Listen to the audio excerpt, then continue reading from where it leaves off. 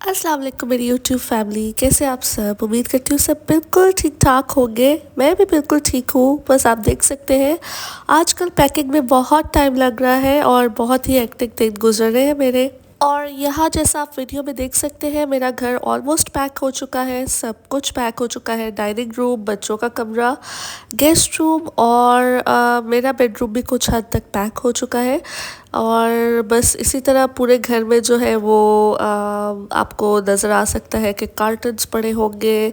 घर में पूरा जो है वो एक क्या कहना चाहिए, अफरा तफरी का समा है। और बस इसी तरह आजकल दिन गुजर रहे हैं। थोड़ा थोड़ा करके हम रोज़ जो है वो कुछ ना कुछ पैक कर रहे हैं, कुछ ना कुछ हम जो है वो अपना काम ख़त्म कर रहे हैं।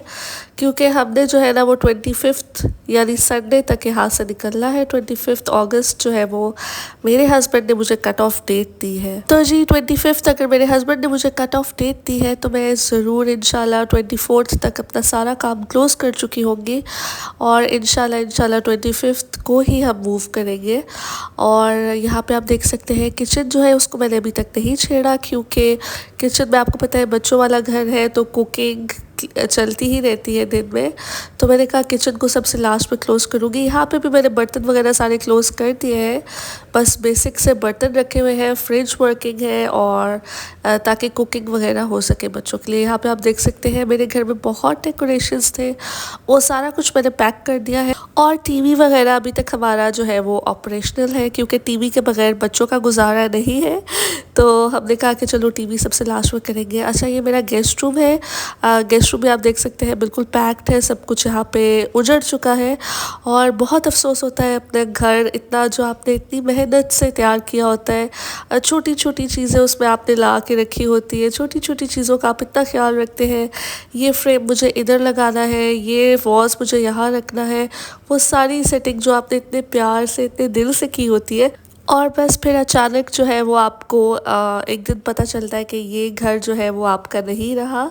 आपने जो है वो एक नए शहर में मूव करना है।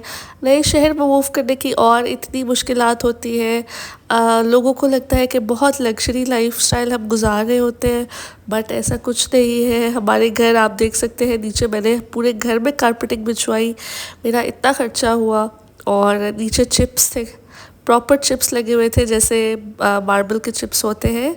और फर्श जो है ना वो अनइवन था, पूरे घर का फर्श जो है ना वो कहीं से थोड़ा ऊपर था, कहीं थोड़ा नीचे था, तो बहुत ही अनइवन सरफेस थी।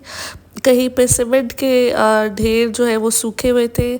और मैंने कहा कि इससे बेहतर है कि इसको कारपेटिंग करा लें, ताकि जो है वो हमारा जो है ना वो पूरा घर जो है वो एक दफ़ा थोड़ा सेट हो जाए। सीपेज के घर के अंदर इतने मसले होते हैं, कोई लग्जरी लाइफस्टाइल नहीं होता।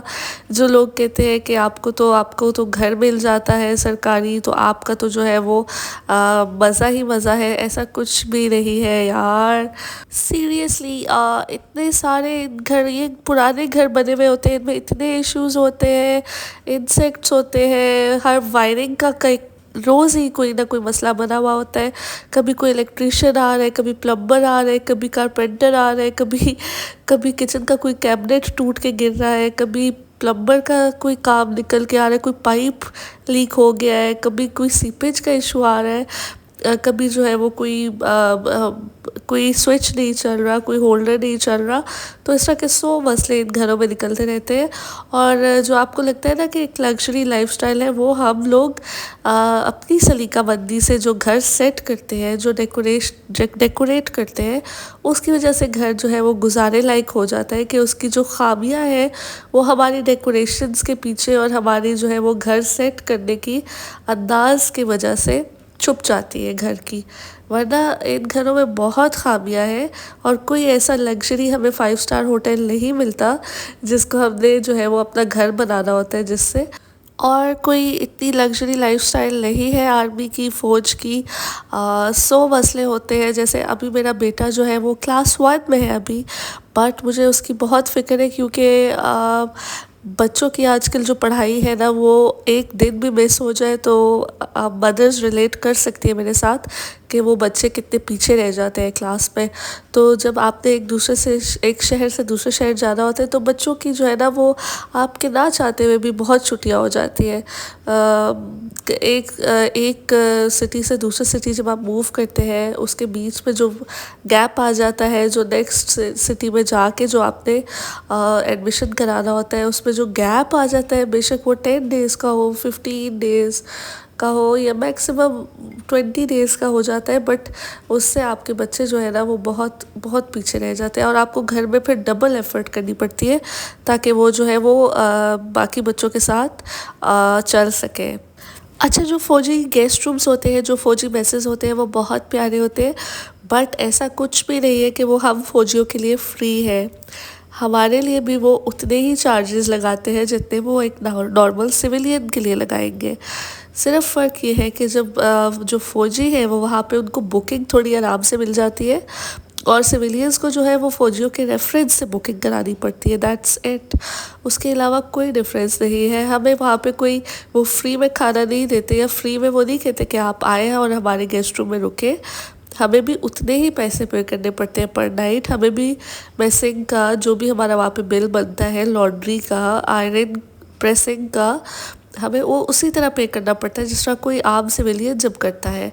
तो सेम चार्जेस है और सेम कस्टमर सर्विस है, जस्ट दैट कि हमें जो है वो बुकिंग थोड़ी आसानी से मिल जाती है और सिविलियंस को जो है वो किसी आर्मी के रेफरेंस के थ्रू वहाँ पे बुकिंग करानी पड़ती है। बस इतना सा डिफरेंस है। जो आप कहते हैं ना कि ये फ़ौजियों के गेस्ट रूम्स तो बड़े लग्जरियस हैं और बड़े हाई फाई हैं, तो आप लोग भी आके वहाँ रुक सकते हैं।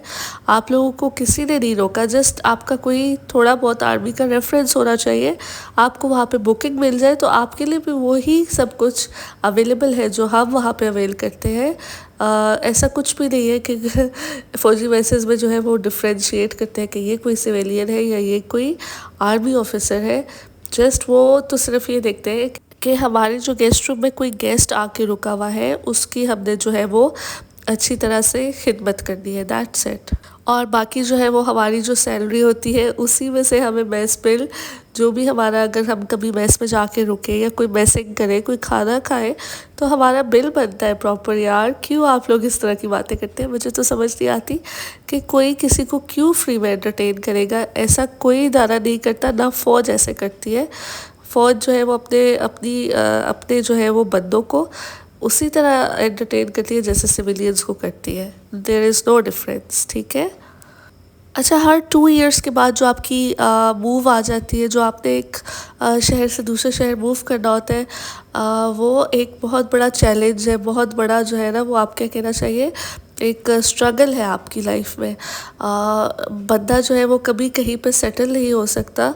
ऑलवेज़ हम लोग बस हर वक्त यहाँ कभी वहाँ कभी वहाँ, और प्लस हमें ये डर भी होता है कि हम किसी बहुत ही रिमोट एरिया में ना चले जाए जहाँ पे बच्चों की पढ़ाई का इशू हो जाए, और बहुत ही हम कोई ऐसे बैकवर्ड एरिया में ना चले जाए जहाँ पे जो है वो फैसिलिटीज़ नहीं होती। अक्सर ही फैसिलिटीज़ नहीं होती, बहुत सारी सिटीज़ में जो है वो फैसिलिटीज़ कम होती है, छोटे शहर होते हैं, तो उस लिहाज से जो है वो बहुत हमें जो है वो इस चीज़ में स्ट्रगल करना पड़ता है कि एक जगह हम जाके सामान खोलते हैं, वहाँ पे हम अभी सेटल डाउन हो ही रहे होते हैं, बच्चों के जो है वो नए फ्रेंड्स बनते हैं, हमारे जो है वो नए फ्रेंड्स बनते हैं, नए लोग मिलते हैं, बट जैसे ही हम वहाँ पे सेटल होने लगते हैं तो हमारा जो है वो पता चलता है कि टाइम इस सिटी का पूरा हो गया है और हमने फिर से मूव करना है। तो ये बहुत बड़ा इशू होता है। यहाँ पे इतना आसान नहीं है। आप सोचें कि आपको एक अलमारी भी अगर सेट करनी पड़े ना तो आपका पूरा दिन लग जाता है। यहाँ पे आपको पूरे घर का फर्नीचर दोबारा पैक करके, अलमारियाँ, जूते, कपड़े, बर्तन, डेकोरेशन, सब कुछ दोबारा पैक करके एक नई जगह पे जाके अनपैक करना होता है। तो ये जो है ना ये बहुत बड़ी एक स्ट्रगल है। मैं कहती हूँ कि और सब ठीक है, बट ये जो स्ट्रगल है ना जो हर 1.5-2 साल बाद आपको करनी पड़ती है, इसमें आपकी जो है ना वो काफ़ी मेहनत लगती है और काफ़ी जो है ना वो आप टायर्ड बहुत थक जाते हैं। मैं आजकल इस फेज़ से गुज़र रही हूँ और आप यकीन मानिए कि मेरी रात को ना कमर में दर्द हो रहा होता है, रोज़ कमर में दर्द हो रहा होता है, और मेरे इवन सर में भी हेडेक हो रहा होता है, क्योंकि ना आजकल बस पैकिंग चल रही है तो काफ़ी हेक्टिक हो गया है। इसलिए मैं आप लोगों के साथ ज़्यादा व्लॉग्स भी नहीं शेयर कर पा रही, क्योंकि बस पैकिंग चल रही है। तो इसलिए जो है वो मैं बहुत बिज़ी हूँ। अच्छा, मैं बस यहाँ पे ये कहना चाहूँगी कि आप सोचें कि अगर आपको पता ही ना हो कि कल को आपके हस्बैंड किसी ऐसी जगह पे चले जाएंगे जो इतनी सेफ़ नहीं है या जो थोड़ी सी डेंजरस है, तो आपका क्या हाल होगा। तो हमारी जो है ना वो ज़िंदगी में ये एक बहुत बड़ी स्ट्रगल है कि आज हमें पता है कि हमारे हस्बैंड हमारे पास है और कल हमें नहीं पता कि वो किस जगह पे चले जाए, हमसे कितना दूर चले जाए। और ये एक बहुत बड़ा ड्रॉबैक है। और कुछ कुछ सिटीज़ ऐसे होते हैं जहाँ पे बस कुछ जगह ऐसी होती है जहाँ पे फैमिलीज़ नहीं अलाउड होती जाना। तो ऐसी जो जगह होती है ना, वहाँ पे फिर फैमिली जो है वो दर-बदर हो जाती है। यहाँ वहाँ जो है वो मैनेज करना पड़ता है, आपको खुद हर चीज़ मैनेज करनी पड़ती है। बच्चों को हॉस्पिटल लेके जाने से ग्रोसरीज तक, बच्चों की मीटिंग्स पे जाना, बच्चों को पढ़ाना लिखाना, घर को मैनेज करना, हर चीज़ आपके ऊपर आ जाती है। तो आप जो है ना वो आपके ऊपर डबल जब रिस्पॉन्सिबिलिटी आती है तो बहुत मुश्किल हो जाता है हैंडल करना। कभी कभी जो है वो बंदा स्ट्रॉन्ग जितना भी हो जाए, बट ऑब्वियसली लेडीज़ तो ऐसे ही थोड़ी इमोशनली वीक होती है, तो बंदा जो है वो काफ़ी डिप्रेस्ड भी फील करता है, काफ़ी लॉनली फील करता है। बट ये सब it's a part of this military life. यहाँ मैं कहना चाहूँगी कि अगर आपको मेरा व्लॉग पसंद आ रहा है तो प्लीज़ लाइक और सब्सक्राइब ज़रूर कीजिए और मेरे व्लॉग को ज़्यादा से ज़्यादा शेयर कीजिए, क्योंकि मैं बहुत ही दिल से, बहुत ही मेहनत से आप लोगों के लिए व्लॉग्स बनाती हूँ। और मुझे यकीन मानिए बहुत खुशी होती है, यकीन जानिए मुझे बहुत खुशी होती है जब आप लोग मेरे ब्लॉग को लाइक करते हैं, सब्सक्राइब करते हैं और मुझे कमेंट में बताते हैं कि हम लोग को आपका व्लॉग बहुत अच्छा लगा। तो मुझे भी बहुत अच्छा लगता है ऐसे मैसेजेस और कमेंट्स पढ़ के। और मेरा यकीन मानिए पूरा दिन जो है ना बहुत खुशी वाला गुजरता है, बहुत अच्छा गुजरता है। तो आई वुड लव इट अगर आप मेरा जो है ना वो दिन खुशगवार कर देंगे और मेरी जो है वो चैनल को लाइक और सब्सक्राइब कर देंगे। Thank you.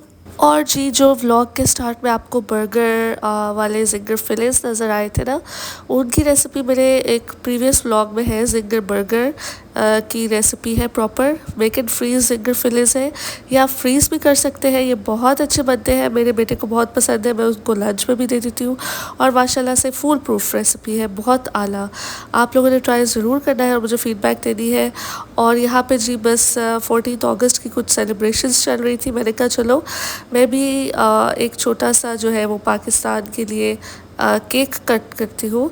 तो यहाँ पे बस जी मैं वही छोटी सी एक बस मैंने सेलिब्रेशन की थी घर पे बाद में। और यहाँ पे बस मैं बेकरी आई थी ज़रा कुछ मीठा शीठा लेने।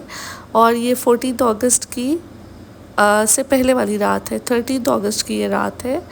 और बस इसी तरह हम ये घर पहुँचे और यहाँ पे मैं अपने बेटे से जो है वो केक कटवा रही हूँ ताकि उसमें भी सेंस ऑफ पेट्रियाटिज़म जागे।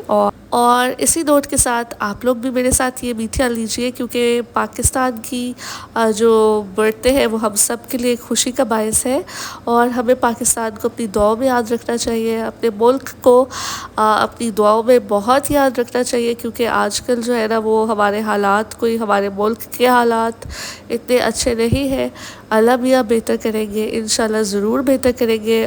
और यहाँ मैं अपने व्लॉग को एंड करना चाहूँगी। प्लीज़ लाइक सब्सक्राइब शेयर ज़रूर कीजिए। अल्लाह हाफ़िज़।